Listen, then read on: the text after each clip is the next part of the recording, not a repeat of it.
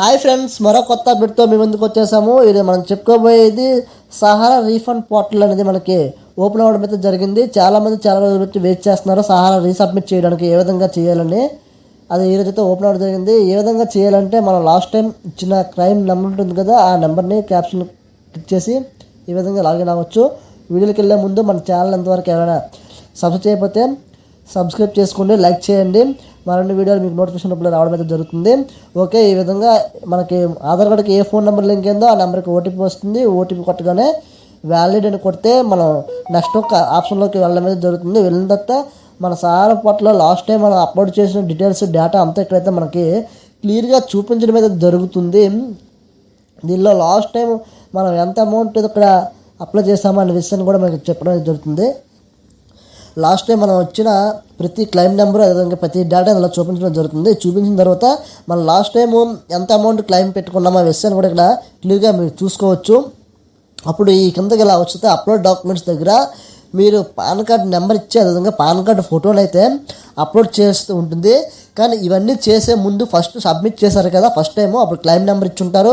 మనకు డిఫాల్ట్గా ఏమి ప్రాబ్లం ఉందో అనే విషయాన్ని ఒక అప్లికేషన్ ఫామ్లో ఇవ్వడం జరిగింది. ఆ అప్లికేషన్ ఫామ్ని మన క్లైమ్ నెంబర్ని తీసుకుని వెళ్ళి సహారా ఆఫీస్లో యాక్టివేషన్ చేయించుకున్నట్లయితేనే సహారా రీసబ్మిట్ పోర్టల్కి మనం ఎలిజిబిలిటీ అయితే అవడం అయితే జరుగుతుంది. లేకపోతే మాత్రం మనం ఎలిజిబుల్ కాము.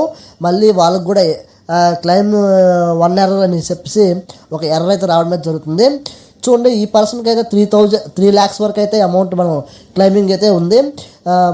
ఈ పర్సన్ అయితే మనం సహారా ఆఫీస్కి వెళ్ళి ఎర్రర్ని క్లియర్ చేయించుకొని రీసబ్మిట్ చేయడానికి అవకాశం కలిపే విధంగా వాళ్ళు మనకు ఆన్లైన్లో అవకాశం కల్పించారు. ఈ విధంగా మనం pan card number pan card ఫోటోని అప్లోడ్ చేసిన తర్వాత రీసబ్మిట్ చేసి మీ డేటా అంతా సరిపోయిందా లేదా అనే విషయాన్ని ఎక్కడైతే మనం క్లియర్గా deposit amount, deposit pearl amount, loan recovery amount అన్నీ చూపిస్తుంది.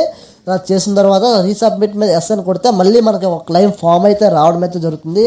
ఈ క్లెయిమ్ ఫామ్ని మనం డౌన్లోడ్ చేసి మళ్ళీ ఫస్ట్ టైం మనం ఏ విధంగా అప్లికేషన్ ఫామ్ ఫిల్అప్ చేసామో అదేవిధంగా మన పాస్ ఫోటోని అంటించి క్రాస్గా సైన్ చేసి అదేవిధంగా థర్డ్ పేజీలో మన సైన్ మన ప్లేస్ని ఎంటర్ చేసి డేట్ని ఎంటర్ చేసి దాన్ని ఒక కాపీని మళ్ళీ స్కాన్ చేసి మనం దానిలో అప్లోడ్ చేయాల్సి ఉంటుంది. అదేవిధంగా ఆ ఫామ్లో మనకి మన బ్యాంక్ అకౌంట్ నెంబర్ ఏమి ఇచ్చాము, మన పర్సన్ నేమ్ ఏంటి, ఎంత అమౌంట్ క్లెయిమ్ చేసాము, ఎన్ని రోజులు పడుతుంది అనే విషయాన్ని కూడా క్లియర్గా ఇవ్వడం జరుగుతుంది. దాన్ని స్కాన్ చేసి ఈ విధంగా అప్లికేషన్ ఫామ్ ఇక్కడ ఫిల్ చేసి అప్లోడ్ కొడితే అప్లోడ్ సక్సెస్ వస్తుంది.